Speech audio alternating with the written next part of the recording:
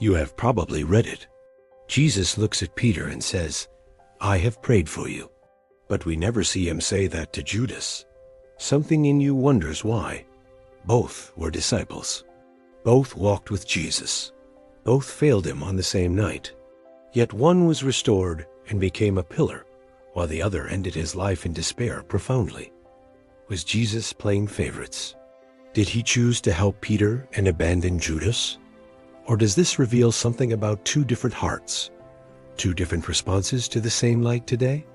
Let us sit with Scripture, because the answer is not in speculation, but in what Jesus actually said and did with Peter, with Judas, and with everyone who follows him seriously. In Luke chapter 22, verse 31, Jesus says, "Simon, Simon, behold, Satan has asked for you, that he may sift you as wheat." The you there is actually plural, you all.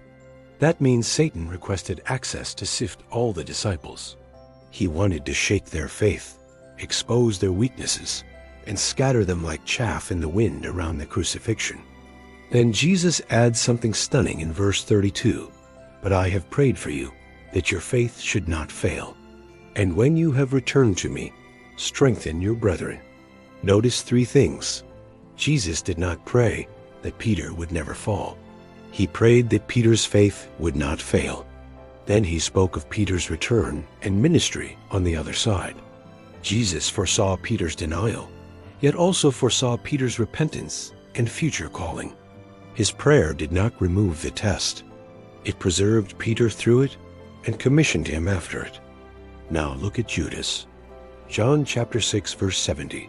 Jesus says, "Did I not choose you, the 12, and one of you is a devil?" Verse 71 clarifies he spoke of Judas. In John chapter 13, verse 2, we read that the devil had already put it into Judas' heart to betray Jesus. By verse 27 it escalates. Satan entered him. Luke chapter 22, verse 3 repeats, "Satan entered Judas." This language is different. Satan sifted Peter. He inhabited Judas. Peter was attacked. Judas gave full access and agreement. In John chapter 17, verse 12, Jesus prays, "While I was with them in the world, I kept them in your name. Those you gave me I have kept, and none is lost." Then he adds, "Except the son of perdition, that the scripture might be fulfilled." Jesus names Judas as son of perdition, son of destruction, not as a weak sheep, but as one who chose destruction. Does that mean Jesus never cared for Judas? No. He washed Judas's feet in John chapter 13. He shared bread with him. He repeatedly hinted, "One of you will betray me." Those were warnings and invitations.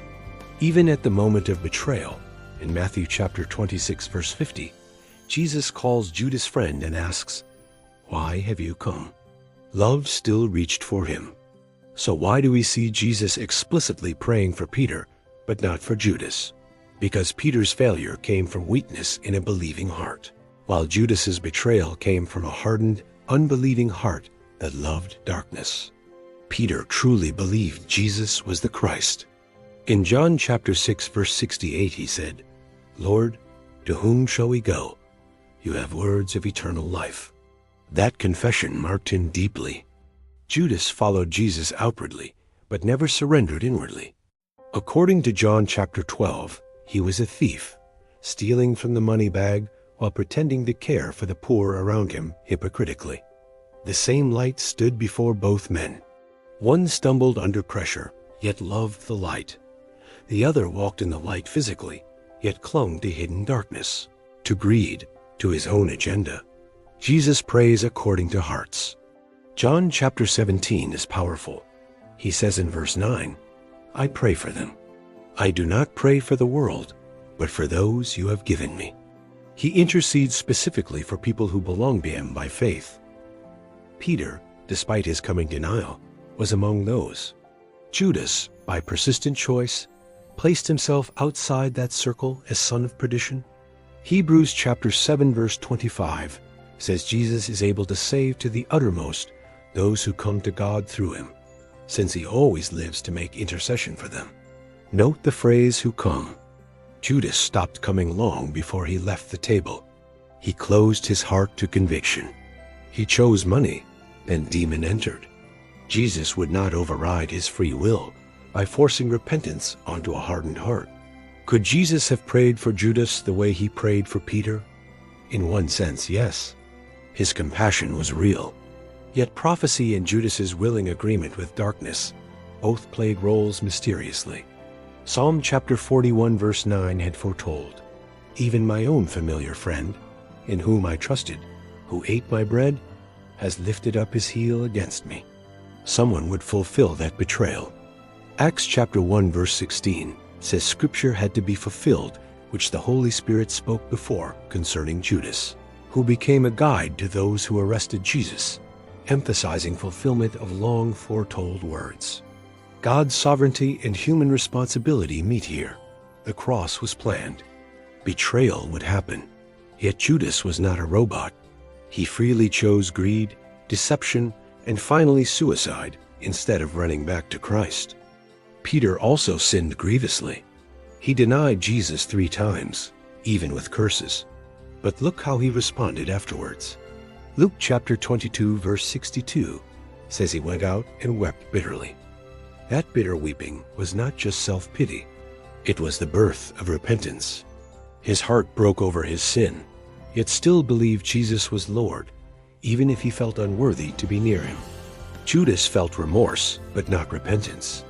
Matthew chapter 27 verse 3 says he was remorseful, returned the money, and went and hanged himself. Sorrow drove him away from Jesus, not back toward him.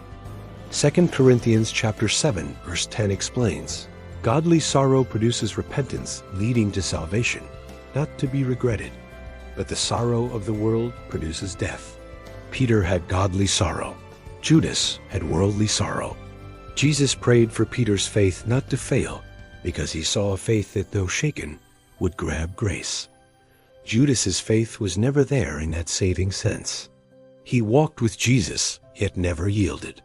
Also, Jesus' specific prayer for Peter in Luke chapter 22 included assignment, "When you have returned, strengthen your brothers." He interceded in line with Peter's destiny to shepherd others afterwards. That is what Jesus still does. Romans chapter 8 verse 34 says he is at the right hand of God, who also makes intercession for us. He prays with purpose, not at random. What about you? You may feel more like Peter than hero, full of vows and failures. The news is that Jesus intercedes today for those who truly belong to him despite weakness. He does not pray that you never face trials. He prays that your faith will not fail in trials, and that on the other side you will strengthen others with your testimony. But there is also a warning. You can sit close to Jesus, hear sermons, handle money bags, carry titles, and still have a Judas heart, clinging to secret sin and refusing the light. Peter's sin shocked him. Judas's sin was cultivated. Peter denied under pressure. Judas planned betrayal. Peter's darkest moment pushed him to tears. Judas's darkest moment pushed him to a tree. Jesus praying for Peter, but not Judas, invites you to ask, which heart is mine? Weak but willing, or hardened and double-minded?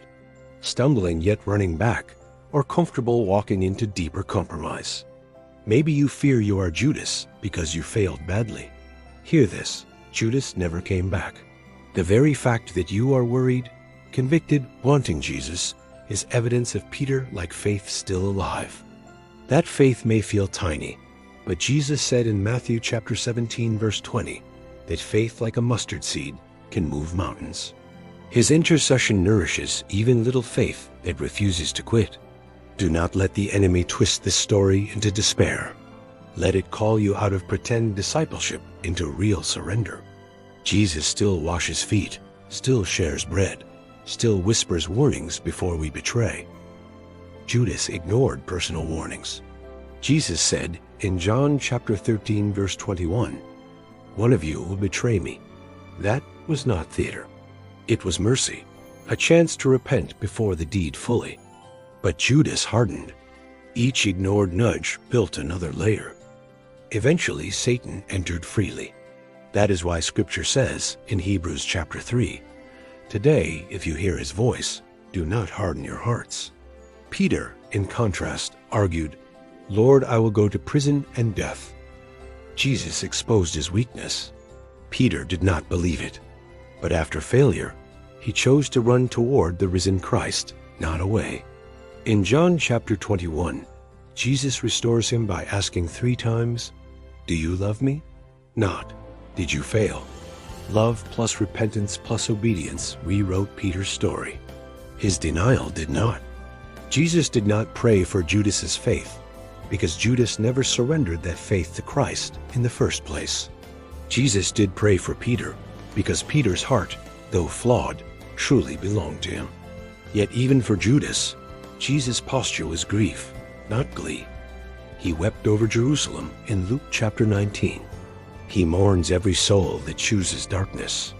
God takes no pleasure in the death of the wicked. Ezekiel chapter 33 verse 11 says, "Turn from your evil ways, for why should you die?" That cry echoes through the contrast between Peter and Judas still.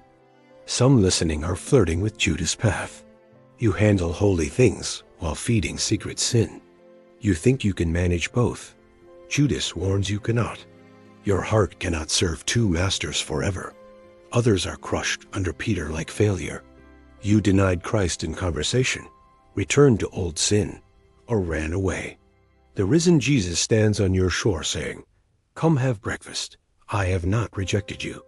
Hebrews chapter 4 verse 15 says we have a high priest who is touched with our weaknesses. Verse 16 invites, "Come boldly to the throne of grace to obtain mercy and find help." Jesus' intercession does not excuse sin.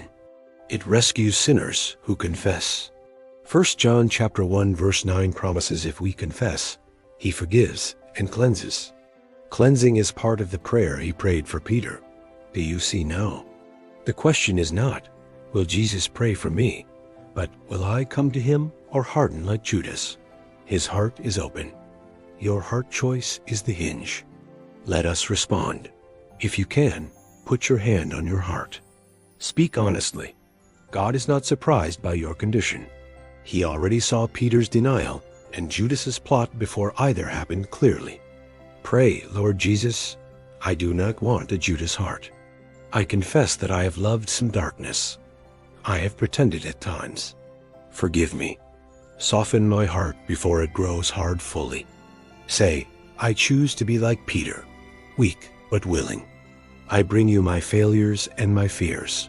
Pray for me that my faith will not fail. Draw me back when I wander." If you have never surrendered to Jesus, pray, "Lord, I turn from my sin. I believe you died and rose. I receive you as Savior and Lord. Make me truly yours from today." If you are his already, thank him. Say, "Jesus, thank you that you live to make intercession for me. I entrust my faith, my future, and my calling into your praying hands." As you prayed, heaven listened. The same Jesus who prayed for Peter hears you now. His intercession is stronger than your worst night, as long as you keep turning toward him and not away. Practically, respond to conviction quickly. Do not sit like Judas at the table planning sin. When the Holy Spirit highlights something, confess, renounce, and change course. That is how you stay in Peter Lane. Surround yourself with people who will strengthen, not sabotage, your faith. Jesus told Peter, "When you return, strengthen your brothers." Some of your healing will come as you help others wrestle through. Do not fear every failure means damnation. Fear hardened refusal to repent. The devil loves to turn Peters into despairing Judases by convincing them their fall was final and unforgivable. Look at the cross. Jesus already factored your weakness into his sacrifice. He did not die only for hypothetical sins. He died knowing the specific things you would do and still chose you. Still, take this warning seriously. Do not trifle with grace. Judas walked with the greatest teacher and still perished. Proximity to spiritual things is no shield without personal surrender and ongoing repentance. Ask the Holy Spirit daily, Keep my heart tender. Step on my pride. Expose compromise early.